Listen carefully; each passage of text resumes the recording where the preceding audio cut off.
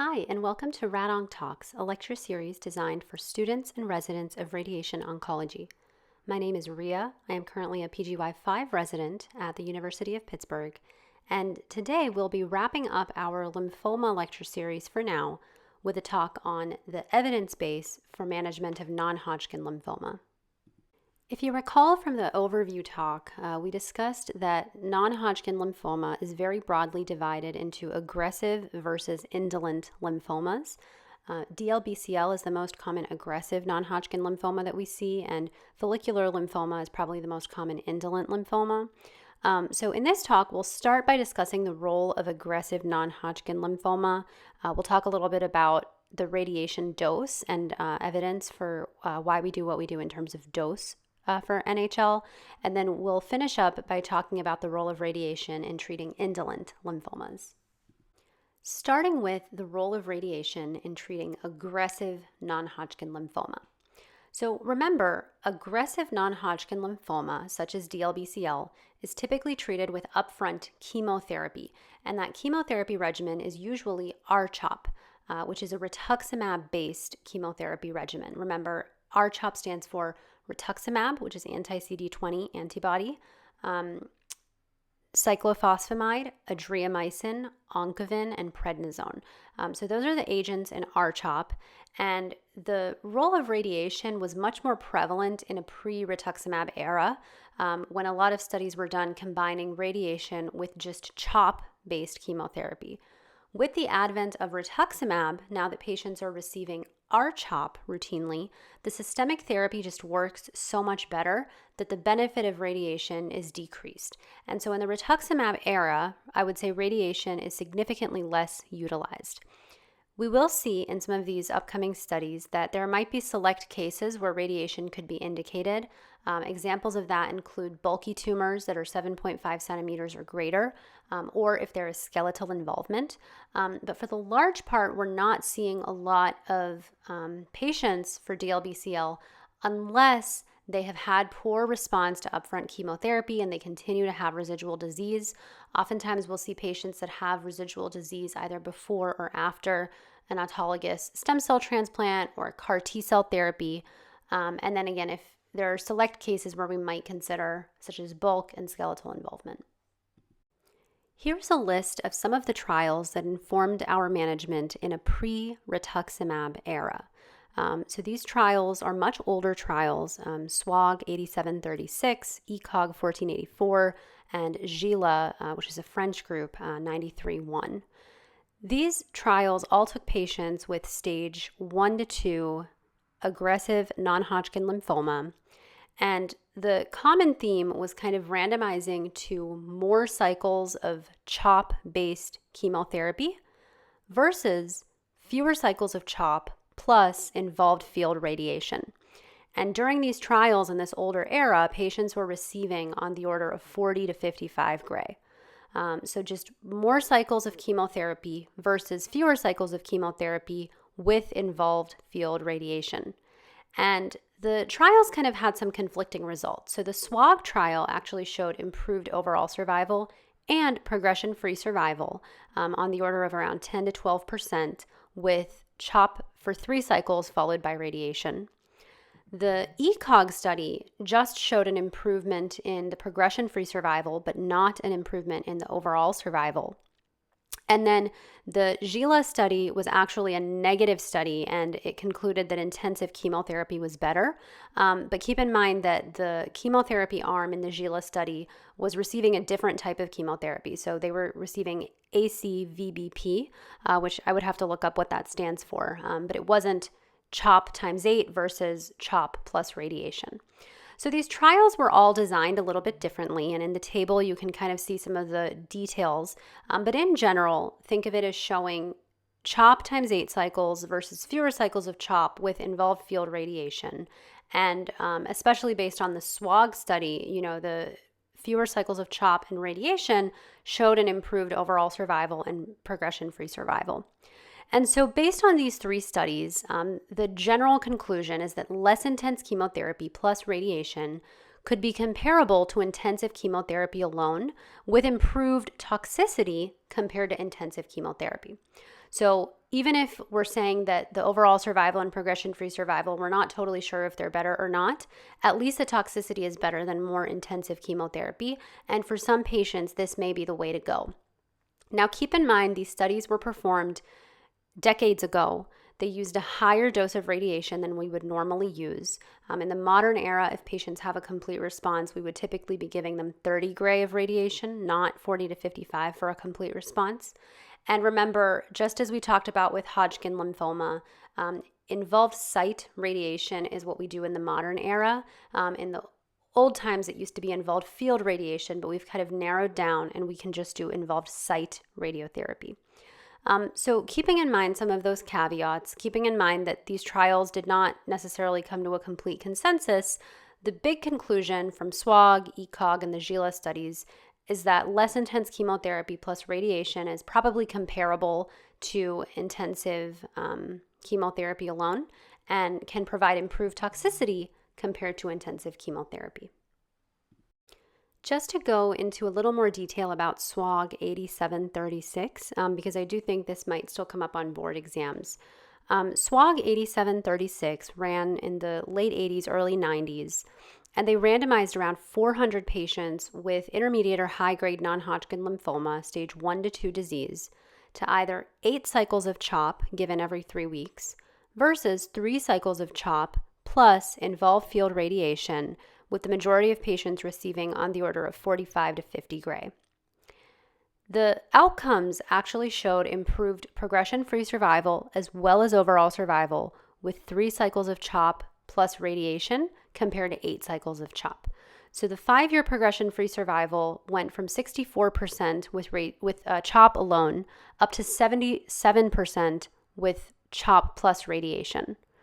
The 5-year overall survival went from 72% with CHOP alone up to 82% with 3 cycles of CHOP and radiation.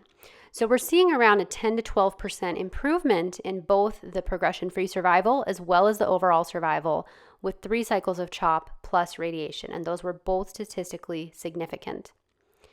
The SWOG 8736 trial actually used stage-adjusted IPI, which we did talk about a little bit in the overview lecture, but basically 0 points for stage 1, 1 point for stage 2.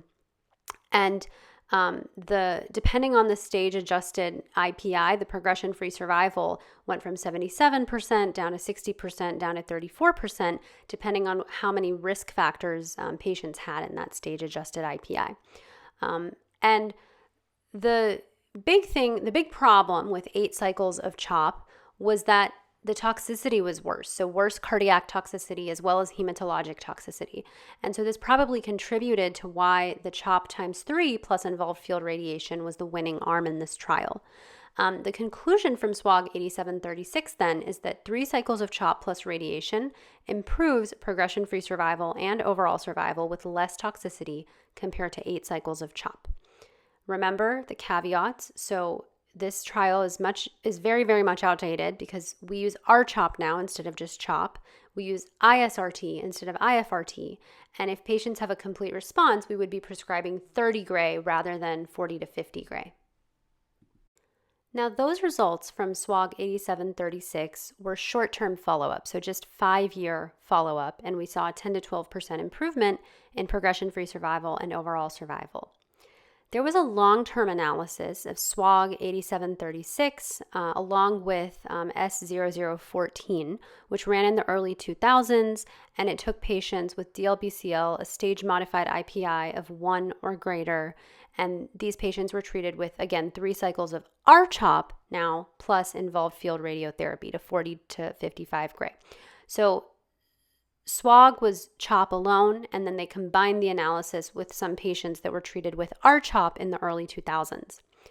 And the importance of this analysis is it shows us that at long-term follow-up, the progression-free survival and the overall survival benefit to 3 cycles of CHOP plus radiotherapy was actually lost. So at 15 years, the PFS was 40% versus 41%, and the 15-year overall survival was 43% versus 47%, and neither of those were significantly different. So CHOP R-CHOP times 3 plus radiotherapy did show better outcomes, but there was no suggestion of cure, and the relapses continued even after 12 years of follow-up. And so the long-term analysis really shows us that we need to follow these patients long-term because there is a risk of late relapses. And the benefit of the combined modality treatment does not seem to persist with that long-term follow-up. And then this brings us to the LYSA study, which is a more modern study in the era of R-CHOP, and they've randomized patients with a complete response to R-CHOP to either no further radiation or involved field radiation. And this study kind of did away with radiation if patients had a complete response for non-bulky DLBCL. So the LYSA study ran from 2005 to 2014, and they took around 300 patients with non-bulky, so less than 7 centimeters, stage 1 to 2 DLBCL, and they treated them with R-CHOP. So all patients got R-CHOP, and they did 4 cycles for patients with an IPI of 0 or 6 cycles for patients with an IPI of 1 or greater. And then they evaluated their response on a PET-CT scan. So all patients that had a partial response completed the full 6 cycles of R-CHOP and went on to have involved field radiation if they had a partial response. If they had a complete response, however, they were either randomized to 40 gray of involved field radiation or no further radiation at all. So the patients with a complete response were the ones that were randomized to observation after 4 to 6 cycles of R-CHOP versus involved field radiation to 40 gray. And then remember, all patients that had a partial response did receive involved field radiation. What they found in this trial is that there was no significant difference in the 5-year event-free survival or the overall survival between the arms that received radiation versus no radiation. So the EFS was 89 to 92%, and the OS was 92% versus 96% with radiation. And these were not statistically significantly different. And so first of all, we see that with R-CHOP, patients just do better overall. So we're seeing higher EFS and OS rates than we were seeing in the SWOG study. And second of all, it seems that with R-CHOP, the benefit of radiation is significantly decreased for patients that have a complete response. And so the conclusion from the LYSA study is that for non-bulky stage 1 to 2 DLBCL patients that have a complete response after R-CHOP, consolidative radiation does not provide a benefit, and we can probably just treat these patients with 4 to 6 cycles of R-CHOP. So the LYSA trial compared 4 to 6 cycles of R-CHOP with or without radiation for non-bulky disease, and it showed no significant difference in outcomes with the omission of radiation for patients with non-bulky disease. So it kind of did away with radiation for that group if they had a complete response to R-CHOP. The question then is, are there patients that have a complete response to R-CHOP that might still benefit from radiation? And LYSA looked at patients with non-bulky disease. So the logical question is, well, do patients with bulky disease benefit from radiation even if they have a complete response? And so Recover 60 was kind of a trial that investigated this. Recover 60 and then the follow-up study, which was Recover 60 North. And the North stands for no RT. So let's start by talking about Recover 60. Recover 60 was a 2x2 randomized trial that compared CHOP versus R-CHOP delivered every 2 weeks, as well as 6 versus 8 cycles. So they were asking 2 questions. Do we do CHOP or do we do R-CHOP? And do we do it for 6 cycles or do we do it for 8 cycles? And they looked at patients that were 61 to 80 years old, and that's why it was called Recover 60. It was greater than 60 years old. Patients that had aggressive DLBCL, and they could be any stage, any IPI. In Recover 60, they did administer involved field radiotherapy routinely with 36 gray of radiation if patients had initially bulky sites defined as 7.5 centimeters or greater, or any sites of extranodal involvement. So all of the patients in Recover 60, if they had bulky disease or if they had extranodal involvement, were routinely receiving radiation. The question that they were asking, the winning arm was R-CHOP times 6 cycles. So add the rituximab and only do 6 cycles versus 8. That was sort of the winning arm of Recover 60. And remember, these patients did receive 36 gray to sites of bulk or sites of extranodal involvement. Recover 60 North then took the winning arm of Recover 60, remember where patients were receiving radiation if they had bulky or extranodal disease, and then the new arm was 6 cycles of R-CHOP with no involved field radiation. The outcomes of this study actually showed no significant difference when they considered the entire cohort. So in the entire cohort, it didn't seem like radiation helped much.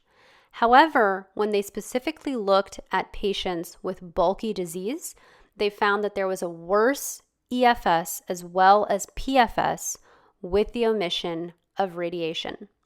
So the EFS was 66% in Recover 60, where the patients with bulk did receive radiotherapy, versus 40% if they had R-CHOP with no further radiation. The overall survival was not significantly improved with radiation on the intention to treat analysis, but it was on the per protocol analysis. And in this analysis, they did not specifically look at extranodal disease. They were focusing on bulky disease. And so based on Recover 60 North, it does seem that there is an improvement in EFS and PFS if we add radiation for bulky disease. The major criticism of this trial, however, is that they did not evaluate the PET response. And in the modern era, where we are able to kind of evaluate how patients do with interval PET CT scans, PET should certainly be used to inform our treatment, as we talked about for Hodgkin lymphoma and so on. We should really be evaluating PET response to determine the next steps. So the big conclusion from Recover 60 North is that radiation improves event-free survival and progression-free survival in patients with bulky disease defined as 7.5 centimeters or greater in aggressive non-Hodgkin lymphoma. But the criticism is that no PET response was assessed in this trial, and so we do need further data with PET response adapted therapy. So far, what we have shown is that with the advent of R-CHOP, the addition of radiation does not provide as significant of a benefit. Based on data from Recover 60 North, which is flawed because we don't have evaluation of PET response, but nevertheless, it seems that there is a benefit to radiation for patients that have initially bulky disease, even if they have a complete response to upfront R-CHOP. The other indication for radiotherapy for aggressive lymphoma that we talked about was skeletal disease. And the data for that comes from a German pooled analysis, which was a pooled analysis of 9 randomized trials from the German Non-Hodgkin Lymphoma study group. So overall, they had almost 4,000 patients with aggressive B-cell lymphomas, and just under 8% of those patients had skeletal disease. And when they analyzed these patients, specifically for patients with skeletal disease, the addition of rituximab to CHOP did not seem to improve outcomes, as shown in the Kaplan-Meier curves here. However, the addition of radiotherapy did show an improvement. So the addition of radiation is thought to also benefit patients who do have skeletal involvement in terms of event-free survival, as you can see in that Kaplan-Meier curve, based on the German pooled analysis. And so that's where we conclude that radiation probably benefits patients that have skeletal involvement. There are just 2 more trials that I want to mention for the discussion of aggressive non-Hodgkin lymphoma as we move towards more PET response adapted therapy. So the first trial, which was published recently, is called Unfolder, and Unfolder basically was a 2x2 randomization that asked 2 questions. Number 1, for patients that have young patients that have good prognosis DLBCL, does dose densification help? And so one of the randomizations was R-CHOP every 21 days for 6 cycles versus a dose densified R-CHOP every 14 days for 6 cycles. And that question was answered and the trial was negative for dose densification. So every 14 days did not make a difference. It did not improve outcomes compared to every 21 days. The other question that they asked was, should we be doing involved field radiation 39.6 gray to sites of bulky or extranodal disease versus no radiation? So patients with bulky or extranodal disease, just like in Recover 60, were randomized to involved field radiation versus no radiation. Now, a major limitation of this trial is that at the time that it was started, it was a little bit early and the treatment was not informed by the PET response. So patients were just randomized and their response was assessed based on a CT scan. This trial actually showed that there was a significant 3-year event-free survival benefit with the addition of radiation. So 3-year event-free survival was 84% with radiation versus 68% without radiation, and that was significant. There was no significant difference in progression-free survival or overall survival with radiation, but event-free survival was significantly improved. And again, this trial did not assess PET response. Optimal 60 has not yet been published, but it was presented as an abstract at ASCO a little while ago, and it asked if radiation can be omitted in patients that have a complete response on PET after R-CHOP. So just like Recover, they took patients aged 61 to 80. Their average age was a little bit higher compared to Recover 60. Their average IPI was also a little bit higher. And they randomized patients to either, again, it was a 2x2 factorial randomization, and they randomized them to either CHOP for 6 cycles or CHOP except with liposomal oncovin, so CHLIP, because it was liposomal vincristine. And they were also randomized to addition of rituximab for 8 cycles every 2 weeks or 12 cycles every 2 weeks. And then the patients with bulky disease, so 7.5 centimeters or greater, who were PET positive after chemo, went on to receive 39.6 gray of radiation, but the patients that were PET negative were actually observed. 48% of the patients in this trial remained PET positive after completing chemotherapy, and 78% of those received radiation. So in total, 33% received radiation versus 57% of the patients that received radiation in Recover 60. And the outcomes for bulky patients in Optimal 60 was non-inferior to Recover 60. And for the PET negative patients who omitted radiation, outcomes were non-inferior as well. And so this abstract sort of implies that radiation can perhaps be spared for patients with PET negative bulky disease after chemotherapy. And so for now, I think you can't be faulted for offering radiation to patients that have bulky disease, 7.5 centimeters or greater, and if they have skeletal involvement, even after a complete response. However, in the future, we will likely use PET response adapted therapy. That pretty much wraps up all of the studies that I wanted to talk about for specifically the management of aggressive non-Hodgkin lymphoma. And just for some major takeaways, the older studies that we discussed in the pre-rituximab era showed a benefit to the addition of radiotherapy to CHOP, or at least that we could do less cycles of CHOP and radiation, and it could be equivalent to more intensive chemotherapy alone. So the biggest study that we talked about in that space was SWOG 8736, which compared CHOP times 8 cycles versus CHOP times 3 cycles plus involved field radiotherapy. And CHOP times 3 plus radiotherapy emerged as the standard because it had a PFS as well as an OS benefit. With the addition of rituximab, then the use of radiotherapy actually declined. So R-CHOP is a more robust systemic regimen for patients with non-Hodgkin lymphoma. And the LYSA study showed that after 4 to 6 cycles of R-CHOP in patients who had a complete response, who had non-bulky stage 1 to 2 DLBCL, there was really no benefit to the addition of radiation. We still see and have some evidence based on trials like Recover 60 as well as the German pooled analysis that certain patients may benefit from radiotherapy. So Recover 60 North implies that there's an EFS and a PFS benefit for patients that have bulky or 7.5 centimeters or greater disease. The German pooled analysis suggests an EFS benefit for patients that specifically have skeletal involvement.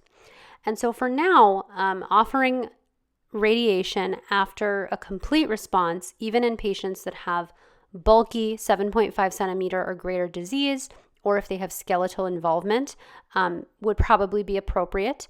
Remember, if they have a partial response, then we would be offering radiation anyway. And in the future, we will likely be using PET response-adapted therapy. The Optimal 60 abstract that we talked about suggests no benefit to radiation if patients have bulky disease, but then a complete response on PET.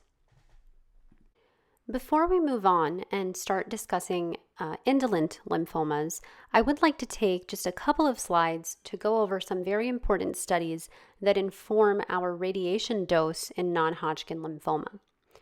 In many of the trials that we have discussed so far, such as SWOG 8736, for example, the radiation dose that they were using after a complete response was somewhere on the order of 40 gray. We have evidence that if patients have a complete response, we don't need to be treating them to that high of a dose anymore, and we can just do 30 gray for aggressive lymphomas. And then for indolent lymphomas, we typically go to an even lower dose of 24 gray if we're trying to provide definitive radiotherapy with the intent for cure, or we can even get away with just 4 gray if we're choosing a palliative approach. Specifically for indolent lymphomas. And so where does that come from? What is the study that kind of informs that dosing? Let's talk about that now. There's a trial from the UK, the Lowry trial, which is more than 10 years old now, but I think this sort of informs our dosing for non-Hodgkin lymphoma in the modern era. This trial basically looked at reducing the dose of radiation in non-Hodgkin lymphoma, and it was a phase 3 randomized trial of around 1,000 non-Hodgkin lymphoma patients. So they took patients with aggressive histologies and randomized them to receive either 40 to 45 gray versus 30 gray and 15 fractions. And they took patients with indolent low-grade non-Hodgkin lymphomas and randomized them to receive either 40 to 45 gray versus 24 gray in 12 fractions. This study was performed in an older era where involved field radiation was standard. It was a pre-rituximab, pre-PET era. But importantly, the results showed that there was no significant difference in freedom from local progression, progression-free survival, or overall survival with reduced dose radiotherapy. So the 5-year freedom from local progression for aggressive lymphomas was 84% versus 82%. And for indolent lymphomas, it was 79% versus 76%. And so this really established the non-inferiority of reduced dose radiotherapy for both aggressive and indolent non-Hodgkin lymphoma. So for aggressive lymphomas, the standard dose is 30 gray and 15 fractions. For indolent non-Hodgkin lymphomas, the standard dose is 24 gray and 12 fractions, and this is based on the Lowry trial. The other important dosing study for non-Hodgkin lymphoma is the FORT trial, and this specifically looked at patients with indolent non-Hodgkin lymphoma, and they randomized them to receive 24 gray and 12 fractions versus 4 gray and 2 fractions. So this trial ran in the late 2000s, and they took patients with follicular non-Hodgkin lymphoma or marginal zone lymphoma, so indolent disease, and they randomized them to 24 gray and 12 fractions, which was the standard based on the Lowry trial, versus 4 gray and 2 fractions, 2 gray times 2 fractions, which you might also hear referred to as the boom-boom regimen, so just 2 days in a row, 2 times 2. The results were very interesting. So 4 gray and 2 fractions was worse in terms of local control. However, it was still highly effective in terms of palliation. So the 2-year progression-free survival was 90% with 24 gray versus 84% with 4 gray. So actually not terribly different at 2 years. At 5 years, however, the progression-free survival was 90% with 12 gray versus 70% with 4 gray. And those are really the numbers you should remember and kind of remember how this Kaplan-Meier curve looks. So the local control with 12 gray was just around 90%, even at a longer-term follow-up of 5 years. And it was a very durable regimen. With 4 gray and 2 fractions, the local control that curve drops a little bit and it kind of continues to drop even in the longer term. So the local control was around 70%. So the Ford trial is very informative because it tells us that 24 gray and 12 fractions is more durable. And if we want that durable response, especially in patients with just a single site of disease or something like that, then 24 gray should be the dose. However, the boom boom regimen, or 4 gray and 2 fractions, is still very useful, often induces a response. And if patients just need palliation, if they have many different sites of disease, we also know that follicular lymphoma tends to be kind of an indolent disease. It does tend to recur in other sites. 4 gray and 2 fractions is also a really good palliative option. And if we need to, we can always repeat it down the line. We can always come back and do 20 gray and get to that full dose of 24 gray. And so boom boom is still a very useful option, and you might see it used fairly often clinically. So the takeaway here from the Ford trial is that for indolent non-Hodgkin lymphoma, 24 gray and 12 fractions is the preferred dose for definitive treatment because it improves the local control and it really provides durable local control. So remember, 90% at 5 years. 4 gray and 2 fractions has a local control of around 70% at 5 years. So it's still a really, really good palliative option, and oftentimes it can induce response. So the big takeaways here in terms of dose for aggressive NHL, remember that these patients are going to be receiving upfront systemic therapy, typically with R-CHOP. And if they have a complete response, then based on the Lowry trial, 30 gray and 15 fractions is an appropriate dose. And based on everything we talked about previously, remember we're most often giving adjuvant radiation after a complete response in the setting of bulky disease or skeletal involvement. If patients have a partial response and they still have residual disease after many lines of therapy, we will often escalate the dose and give them something like 40 to 50 gray for better control. For indolent non-Hodgkin lymphomas, remember these patients are often managed definitively with radiation.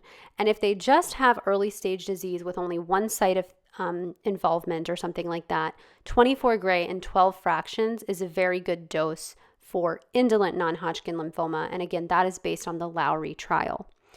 The Fort trial gives us a really nice palliative regimen of just 4 gray and 2 fractions, so also called boom boom, which doesn't lead to as durable of a response, but it does, still offer good progression-free survival, 70% at 5 years, and it can be repeated down the line if patients have a recurrence. We're approaching the end here. I just want to finish off by talking about a few trials looking at the role of radiation in the management of indolent non-Hodgkin lymphoma. Remember, for indolent disease, radiation can be used as a definitive treatment. So if it's early stage 1 to 2 disease, they can just be treated with radiation alone, and they may not even need chemotherapy. So one thing that I think is important to point out about early stage follicular lymphoma is that it's actually kind of uncommon to see follicular lymphoma in the early stages. It usually presents as an advanced stage disease, and many may actually opt to just observe early stage follicular lymphoma because we know there's a pretty high chance that it will pop up somewhere else. I think of follicular lymphoma kind of as daisies. You pluck one site and it's probably going to grow somewhere else. There is a rationale to treat early stage follicular lymphoma definitively, but that rationale is sort of based on retrospective data. A lot of people view follicular lymphoma as kind of a systemic disease that's going to affect patients lifelong. There's a retrospective study that I'll share here, which was actually first authored by one of my mentors, Dr. Vargo, and it was an NCDB analysis of 36,000 patients that had stage 1 to 2, grade 1 to 2 follicular non-Hodgkin lymphoma. And over approximately a decade, the study showed decreasing use of radiotherapy in the management of early stage follicular non-Hodgkin lymphoma. However, the 10-year overall survival was 68% for patients that were treated with radiation versus 54% for patients that were treated without radiation. And so this just provides some retrospective evidence that radiation in the treatment of early stage follicular lymphoma is associated with an improved overall survival. And the use of radiation has declined, but it should perhaps remain standard. And so for patients that have just, limited stage follicular non-Hodgkin lymphoma, I think definitive radiation in 24 gray in 12 fractions makes a lot of sense. Keep in mind, though, that this presentation is probably uncommon. You're more likely to see you're more likely to see follicular lymphoma as a more advanced stage disease with many sites of involvement. And in those cases, if you're ever consulted for radiation, if the goals really are just palliative, then 4 gray and 2 fractions, as we talked about in the FORT trial, is perfectly acceptable. There is some data from MD Anderson that actually supports the use of decreased dose, so just 4 gray and 2 fractions, even for early stage disease or advanced stage disease, but anything that is involving the orbit, so orbital indolent non-Hodgkin lymphomas. So this is a phase 2 single-arm study from MD Anderson that studied ultra-low dose radiation, so 4 gray and 2 fractions, just like the FORT trial, for stage 1 to 4 indolent non-Hodgkin lymphoma involving the orbit. They only treated 51 patients, and those patients were followed every 3 to 4 months, and they first received 4 gray and 2 fractions, and if they had a partial response, they went on to receive 20 gray additionally. And so 2 of the patients on this study ended up receiving 20 gray after that initial 4 gray and 2 fractions. The results were actually very excellent. 88% of patients had a complete response by their 3rd follow-up, and the median time to complete response was 3.4 months. And so from MD Anderson, we have excellent phase 2 data showing really excellent responses to 4 gray and 2 fractions for indolent non-Hodgkin lymphomas involving the orbit, an 88% complete response rate with a median time to CR of just 3 months. And so for the orbit, we're treating to 24 gray and 12 fractions might be more toxic. It is worth considering just a low dose of 4 gray and 2 fractions, even if patients have early stage disease. And then if they do have a partial response and they continue to have residual disease, we can always dose escalate later if needed and give them that additional 20 gray. So this is some phase 2 evidence for 4 gray and 2 fractions from MD Anderson, specifically for orbital lymphoma. The other disease site where ultra-low dose fractionation has been studied is gastric MALT. So again, from MD Anderson, same author, Dr. Pinnix, there was a recent publication for ultra-low dose radiotherapy, 4 gray and 2 fractions, for gastric MALT lymphoma. And this was a single-arm prospective trial that enrolled 24 patients who had residual lymphoma after eradication of H. pylori. They excluded patients with bulk over 10 centimeters, and they followed patients with a median follow-up of 36 months. So they took patients with non-bulky gastric MALT lymphoma and treated the entire stomach to 4 gray and 2 fractions. And you can imagine the benefit of doing that, far less toxicity with such a low dose. They assessed the response after 4 gray at 3 to 4 months, and patients that had a complete response were observed and followed. Even patients that had a partial response were actually assessed in an additional 6 to 9 months, and some of those patients ended up having a complete response. If patients had stable disease or progressive disease, or if they continued to have residual disease at that, 9 to 12 month follow-up after that initial 4 gray, at that time they received an additional 20 gray of radiation. And in total, 83% of patients ended up having a complete response. 16 patients had a complete response at that 3-month follow-up after 4 gray, and then an additional 4 patients had a complete response at 9 to 13 months. And the 3-year local control rate was 96%. So there was a 1 one event of local relapse at 14 months after 4 gray, and this was successfully salvaged with 20 gray. The treatment was well tolerated. Patients had some grade 1 nausea and abdominal pain, but there were no grade 3 or worse toxicities. So this was a very, very small single-arm prospective trial. It only enrolled 24 patients, but it showed that most patients had a complete response after 4 gray. All of them had a complete response after an additional 20 gray, and 4 gray and 2 fractions for gastric malt may result in a complete response in some patients and spare them the toxicity of 24 to 30 gray doses. So I don't know that this is, broadly kind of adapted across the country just yet, just because it was such a small study with only 24 patients enrolled on it. I think some people do also feel a little bit nervous about assessing a response at 3 to 4 months, and if there's a partial response, then continuing to kind of follow those patients. And it was really just 4 patients that were followed in this study that then did have a later complete response. I think that does make people a little bit nervous.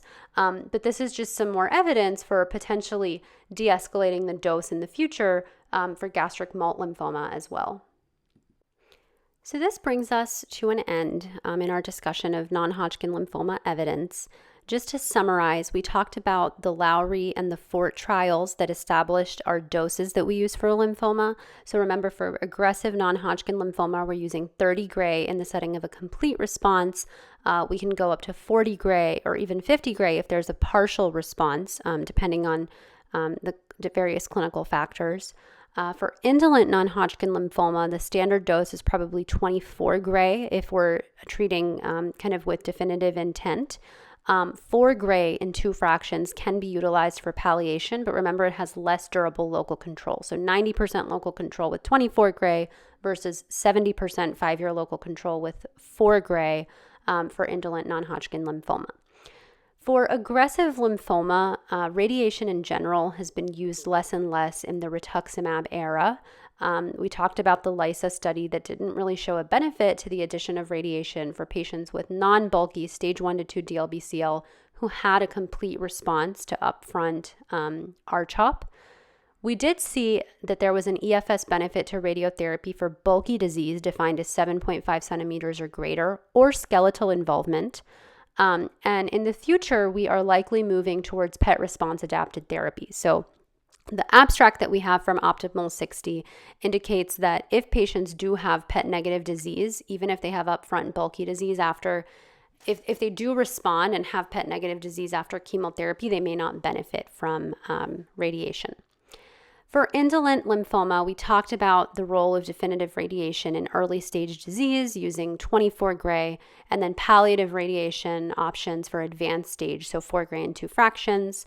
And then we also talked about some of those phase 2 trials from MD Anderson that provide evidence for ultra low dose, so 4 gray and 2 fractions for specific sites, including orbital lymphoma as well as gastric malt. I don't know that everyone is universally adapting these practices just yet. I think especially for gastric malt, it'll be nice to have kind of more patients and more data. But I think it's good to be aware of these options and the phase 2 evidence. That is all I have. I think that this wraps up our non-Hodgkin lymphoma, or I guess our entire lymphoma series for the time being.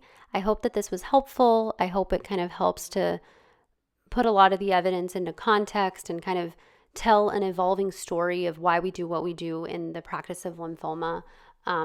Again, if there were any errors, any points of contention or questions, please feel free to comment. Thank you so much for your time and attention.